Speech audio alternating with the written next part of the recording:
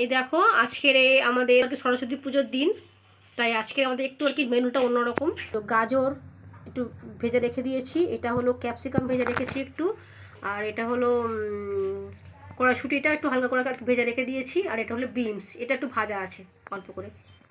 এটা হলো এই যে ভাত আমি করে রেখে দিয়েছি। ভাতটা আমাকে প্রথমে করতে গিয়ে আগে কি করতে হয়েছে, আগে 1 ঘন্টা চালটা আর কি ভিজিয়ে রেখেছি আমি, তারপরে 1 ঘন্টা পরে ভাতটা করেছি। কিন্তু খুব বেশি ভাতটা করবো না, অল্প একটু সিদ্ধ মানে হয়ে গেলে নামিয়ে নেবো, যেরকম যেরকম আর কি আমরা হচ্ছে আর কি বিরিয়ানি করি সেইভাবে।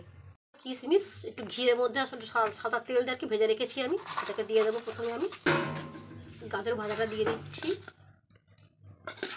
কড়াইশুঁটিটাও দিয়ে দিচ্ছি, তারপরে বিনস ভাজাটাও দিয়ে দিচ্ছি আমি।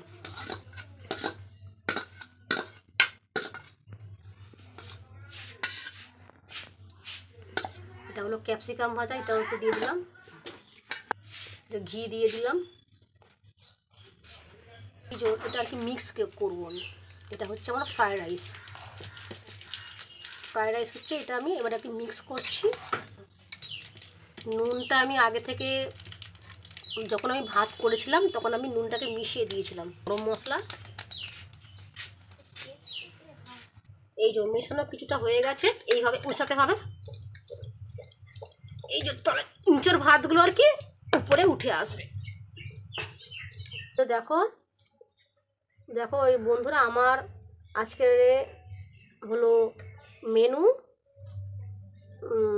Fried rice. আমার এটা আর কি মেশানো কমপ্লিটটা হলো।